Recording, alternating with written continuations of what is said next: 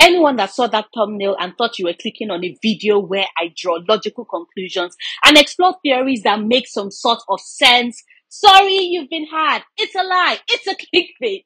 This video is all about me pulling theories out of thin air with no basis at all. But hey, wouldn't it be cool if ... Now, if you enjoyed this, don't forget to like it, subscribe, turn on post notifications and all that jazz. Now to the video proper. In celebration of Wano ending, the raid succeeding, Kaido turning into Dragon Barbecue, and Luffy and Zoro bouncing back to life like nothing happened, I went back to reread the last 50-something chapters as a prelude to what my life would look like for the next 4 weeks without any new manga updates and Oda getting the rest he deserves. And when I got to chapter 1033, I gasped. You see, like everyone else, I was all like, yo, Zoro, where's the Grim Reaper? What did Dead Man Grim say to you? How did he let you go? Why did he let you go? Did you strike a deal? Was it your long lost brother? I was shaking my head at how Oda, as always, didn't give us an answer to that because Goda's middle name is actually Troda. But then chapter 1033's reread happened and it finally clicked for me. When Shimotsuki Kozabaru is talking about blades and how they are made for killing and the truly terrifying ones iron for the faint of heart, because blades can be like, nah boy, you weak, you don't deserve all this flavor, all this juice and all this pizzazz and blood, I'ma fuck you up if you look at me the wrong way. And then he tells us that he made the baddest blade of them all and named him after the ruler of the underworld and the king of El Enma. And that was when Zoro had the realization and unlocked Advanced Conqueror of the Supreme King. Aki and I unlocked the secret of the universe. Nah, I'm just kidding. But that was when I figured that, what if the Grim Reaper was Enma? What if Oda was paying homage to Soul Eater and Bleach's Zanpakuto Rebellion arc, the best Bleach filler arc, in my opinion? Please know that I said in my opinion, not yours, mine. Anyway, what if Oda was exploring the weapon takes on humanoid form to see if its wielder is actually worthy of wielding in trope, and this is what we got? What if for that brief moment when Zoro was like, yo, the fuck, don't kill me, and we cut away, what we missed was Enma being all like, dude, I've been draining your Aki like a living parasite for weeks. I helped you place a mark on recently barbecued Kaido. I helped you almost shave off Sanji's eyebrows. I thought we had the connection. How could you not recognize me? And then Zoro is like, yo, you crazy fucking sword. And then they make up, or rather, Enma is like, yeah, whatever. But seriously though, what if it was Enma?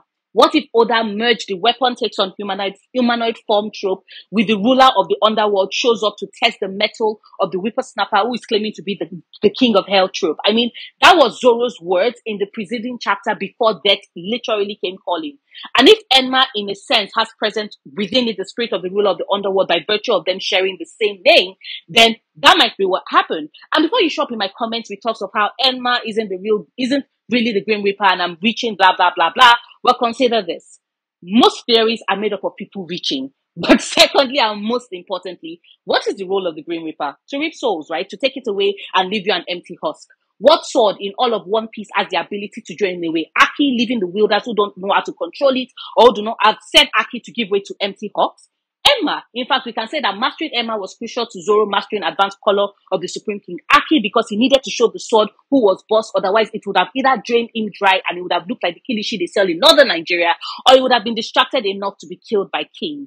Either way, Zoro would have been dead and his death brought on by Enma, the Soul Reaper, the Grim Reaper, or in this case, the Aki Reaper. Reapers. I need to start another playthrough of Mass Effect. Anyway, back to Zoro and Enma's potential Grim Reaper persona.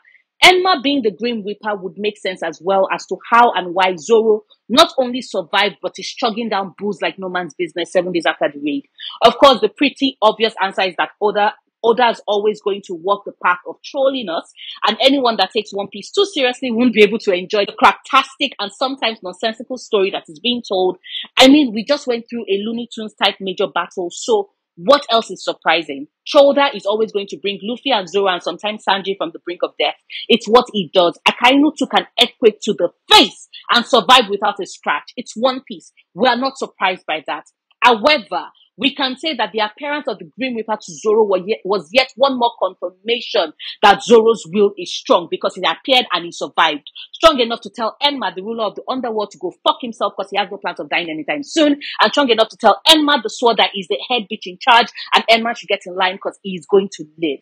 And yes, I just pulled another theory out of thin air. It's what I do. My 5'2" ass has always had to reach for shit way higher than myself. And when you're my height, everything is taller than you. But anyway, I just propose as I'm making this video that what if there are two Enmas in One Piece? One is the Ed Oncho, the ruler of the underworld, also called the King of Hell. And the second one is the blade that is basically conferring the title of the King of Hell on Zoro along with two other swords. And basically Zoro told both Enma to go fuck themselves, that he is going to leave, that he deserves to leave, and he actually literally himself back from the brink. And in surviving, is both of them giving him the nod that, yeah, you know what, you got it, boo, you got it, boo.